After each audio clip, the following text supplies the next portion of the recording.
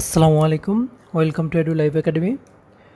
আজকে আমরা রাজশাহী বোর্ড 2024-এ আসা চ্যাপ্টার 4 থেকে একটা সিকিউ প্র্যাকটিস করব। তো চলেন আমরা শুরু করি। তো এই প্রশ্নটাতে আমরা একটু খেয়াল করি। বলছে 2 কেজি ভরের একটি পাথরকে 30 মিটার উঁচু থেকে ফেলে দেওয়া হলে পাথরটি একটি স্প্রিংয়ের উপর পড়ল এবং যেখানে স্প্রিং ধ্রুবক হচ্ছে এইটা। প্রশ্ন হচ্ছে আচ্ছা, গ নম্বর আর ঘ নম্বরটা মূলত আমরা দেখব। কখ তোমরা আমাদের আলাদা আছে, কনসেপ্ট ভিডিওগুলো আছে বা তোমার চ্যাপ্টার ওয়াইজ কখগুলো আমরা আলাদাভাবে আলোচনা করছি, সেই ভিডিওগুলো দেখে নেবে। আমরা মূলত বোর্ড ওয়াইজ প্রশ্ন যখন সলভ করব শুধুমাত্র গ ঘগুলাই দেখব। স্প্রিংটি সংকুচিত কতটুকু সংকুচিত হবে এটা আমাদের নির্ণয় করতে হবে। তো আমরা যদি একটু খেয়াল করি ঘটনাটা কি ঘটছে আমরা দেখি। মূলত উপর থেকে একটা অবজেক্ট ফেলে দেওয়া হয়েছে, একটা বস্তু, সেটা 30 মিটার উঁচু থেকে একটা বস্তু ফেলে দেওয়া হলো, যেটার ভর তোমার 2 কেজি, এবং ফেলে দেওয়া হলো কিসের উপরে? একটা স্প্রিংয়ের উপরে। এবার দেখো তো, যে স্প্রিংয়ের উপর যদি বস্তুটা পড়ে তাহলে স্প্রিংটা কি সংকুচিত হবে না? মানে এখান থেকে আমরা ধরে নিচ্ছি এখানে আসলো, এই যে এতটুকু সংকুচিত হইলো, মানে এক্স পরিমাণ, আমাদের এক্সের মানটা চাচ্ছে।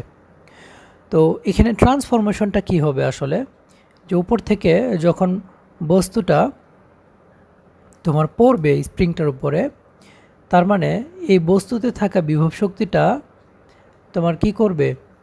এই স্প্রিংয়ের উপরে কাজ করবে। তার মানে স্প্রিংয়ে কৃত কাজ আর এই বস্তুর বিভব শক্তি সমান হবে। এটাই আমরা করব। তাহলে আমরা এখানে লিখব যখন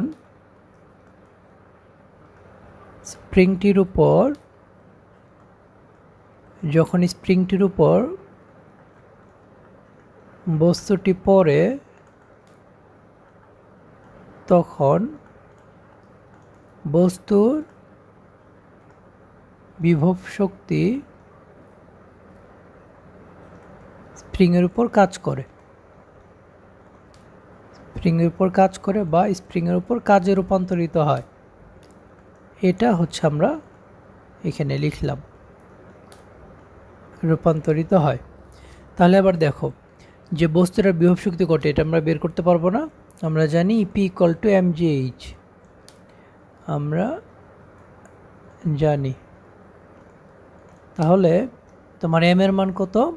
এম 2 কেজি, এটা 9.8, আর এইচ এর যে ভ্যালু সেটা 30।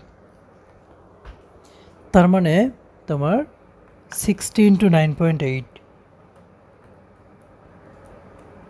এটা আসে তোমার 588 জুল।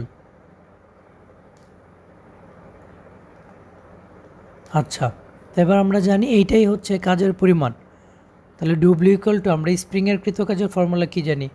হাফ কে এক্স স্কোয়ার। তাহলে এখানে ডব্লিউ আর ইপি সেম। তাহলে আমরা এখানে লিখলাম 588 equal to half K x square, লাগবে এক্সের ভ্যালু। তাহলে এক্স স্কোয়ার সমান লেখা যায় 2 × 588 বাই কে। আচ্ছা, কে এর ভ্যালু দেখো তো, আমরা জানি না। কে এর ভ্যালু কিন্তু দেওয়া আছে। কে এর ভ্যালু 1 × 10⁵ বা 10⁵। তাহলে মূলত যেটা আসে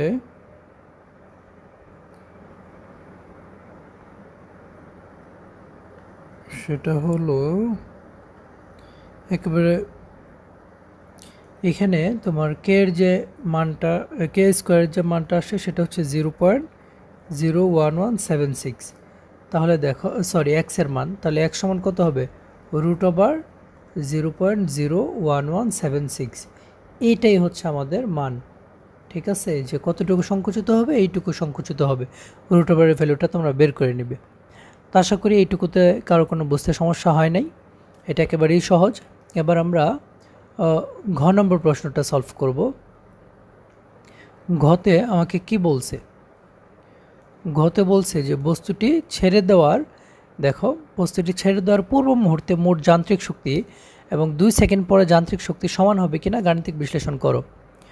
তাহলে আমরা আবারও বস্তুটাকে একটু আঁকার চেষ্টা করব। যে উপর থেকে একটা বস্তু পড়তেছে, তোমার এটার ভর 2 কেজি, আর টোটাল হাইট 30 মিটার। এবার প্রশ্ন যেটা বলছে 2 সেকেন্ড পর এবং ছাড়ার পূর্ব মুহূর্তে মোট যান্ত্রিক শক্তি সমান হবে কিনা। তো আমরা জানি যান্ত্রিক শক্তি সমান হচ্ছে আসলে যান্ত্রিক শক্তি আসলে কি? যান্ত্রিক শক্তি হচ্ছে গতি শক্তি যোগ বিভব শক্তি। এবার একটু চিন্তা করো যে যখন বস্তুটাকে ছেড়ে দেওয়া হবে উপর থেকে, তখন সেটার মধ্যে কি কোনো গতিশক্তি থাকবে না, কারণ আদিবেগ শূন্য। তাহলে বলা যায় আমরা এখানে লিখব ছাড়ার পূর্ব মুহূর্তে মোট যে শক্তি, মোট শক্তি ই সমান গতিশক্তি প্লাস বিভব শক্তি, গতিশক্তি প্লাস বিভব শক্তি, যেখানে গতিশক্তি হচ্ছে 0 আর বিভব শক্তি হচ্ছে তোমার mgh। এম এর মান কত? এম এর মান হচ্ছে 2, জি এর মান হচ্ছে 9.8 আর এইচ এর মান হচ্ছে তোমার 30। তো আমরা এটা একটু আগেই করে আসছি গতে, সেটা হচ্ছে 588 জুল আসে, ঠিক না? তাহলে আমরা এখানে 588 জুল লিখব। আচ্ছা, এটা হচ্ছে ছাড়ার পূর্ব মুহূর্তে আমরা যে মোট শক্তিটা পাইছি। তো একইভাবে আমাদের এখন করতে হবে হচ্ছে 2 সেকেন্ড পরে। তাহলে এবার চিন্তা করো যে 2 সেকেন্ড পরে বস্তুটা কি আর এখানে থাকবে না, আমাদের ঘটনা ঘটবে 2 সেকেন্ড পরে বস্তুটা একটু নিচে নামবে। ধরলাম এইটুকু আসছে। তো এই যে পয়েন্টটা, এই পয়েন্টে তার কি বের করতে হবে? এই পয়েন্টে তার গতিশক্তিও বের করতে হবে, বিভব শক্তিও বের করতে হবে। তো 2 সেকেন্ড পরে সে কতটুকু পথ আসলো সেটা আগে বের করতে হবে। তাহলে 2 সেকেন্ড পর বস্তুটি কতটুকু নিচে নামে সেটা আমরা বের করব। নিচে নামবে হচ্ছে তোমার 2 সেকেন্ড পরে, তাহলে আমাদের এইচ এর value ut plus half gt square, এই ফর্মুলাটা অ্যাপ্লাই করব, কারণ ইউটি হচ্ছে 0 আর 9.8 আছে, টি এর ভ্যালু আছে তোমার 2 সেকেন্ড। আমাদের লাগবে হচ্ছে হাইট, যে সে কতটুকু নিচে নামছে।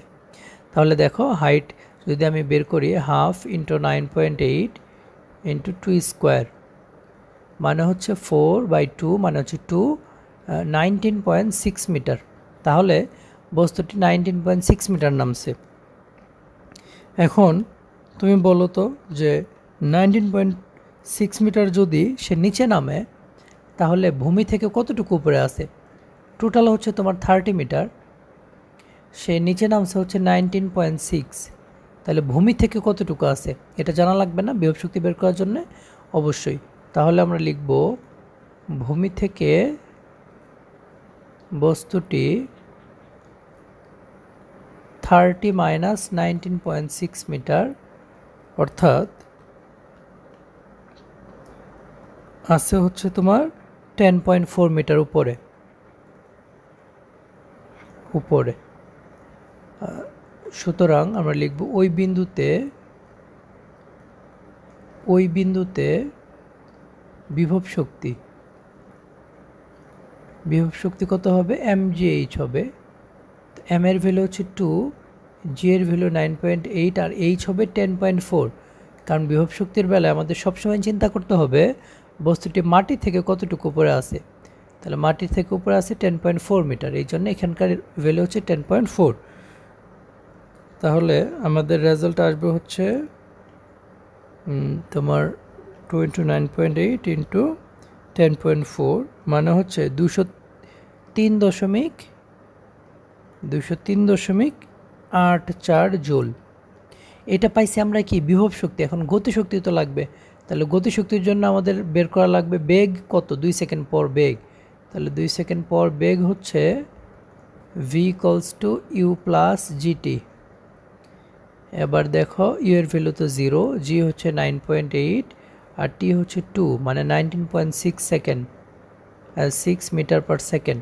তাহলে গতিশক্তির ফর্মুলা তো আমরা জানি, গতিশক্তি ই কে সমান হাফ এম ভি স্কোয়ার। তার মানে দেখো হাফ আর এম মানে 2 আর হাফ তো চলে যাবে, 19.6 স্কোয়ার হবে। তাহলে তোমার 19.6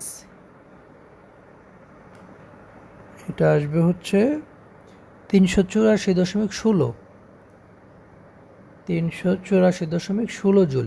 এবার 2 সেকেন্ড পর আমাদের দেখো বিভব শক্তি পাইছি, গতিশক্তিও পাইছি, তাহলে 2 সেকেন্ড পর মোট শক্তি কত হবে? আমরা এবার লিখি যে 2 সেকেন্ড পর মোট শক্তি বা যান্ত্রিক শক্তির মান হবে তোমার এখানে আসছে আমাদের 203.84 যোগ 384.16 তাহলে আসবে হচ্ছে তোমার টোটাল 588 জুল। এবার দেখো তো যে আমাদের যে প্রশ্নটা করছিল যে ছাড়ার মুহূর্তে এবং 2 সেকেন্ড পর মোট শক্তি কি সেম আছে কিনা, সেম আছে না? এটাই হচ্ছে আমাদের সমাধান। কারণ প্রশ্নের মধ্যে বলছে, একটু খেয়াল করে আমরা, বলছে পাথরটি ছেড়ে দেওয়ার পূর্ব মুহূর্তে মোট যান্ত্রিক শক্তি এবং 2 সেকেন্ড পর মোট যান্ত্রিক শক্তি সমান হবে কিনা। তো আশা করি এটা তোমরা বুঝতে পারছো। এবং এটার যদি তোমরা সমাধান মানে এটা ডাউনলোড করতে চাও, আমি যেভাবে তোমাদেরকে সমাধান করে দিছি, তাহলে হচ্ছে তোমরা এই ভিডিওর ডেসক্রিপশন বক্সে এটার লিঙ্ক পেয়ে যাবে, ঠিক আছে? আচ্ছা, আর এখান থেকে তো তোমরা অবশ্যই উঠাই নেবে ভিডিওটা থেকে। তো ঠিক আছে, আজকের ক্লাস এই পর্যন্তই। আল্লাহ হাফেজ।